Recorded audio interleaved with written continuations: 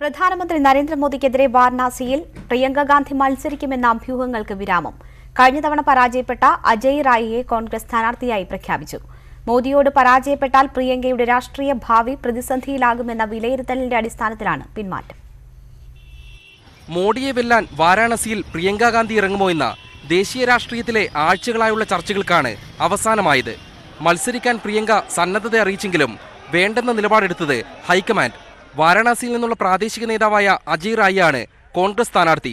2014-ൽ 75,614 vote നേടിയ അജയ് റായ് മൂന്നാം സ്ഥാനത്തേക്ക് പിന്തള്ളപ്പെട്ടിരുന്നു.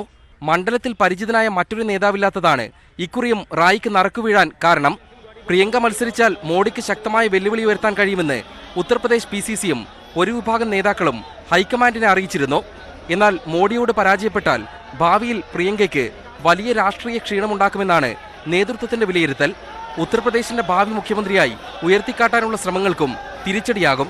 കിഴക്കൻ UPയിലെ അവശേഷിക്കുന്ന മണ്ഡലങ്ങളിലെ പ്രചാരണത്തിനും എത്താൻ കഴിയില്ല.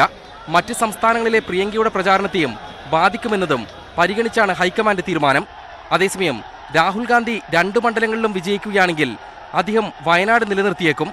ഗാന്ധി കുടുംബത്തിന്റെ പരമ്പരാഗത മണ്ഡലമായ അമേത്തിയിൽ നിന്ന് പ്രിയങ്കയെ ലോക്സഭയിൽ എത്തിക്കാമെന്നാണ് നേതാക്കളുടെ കണക്കുകൂട്ടൽ. M Unnikrishnan, News 18, Delhi.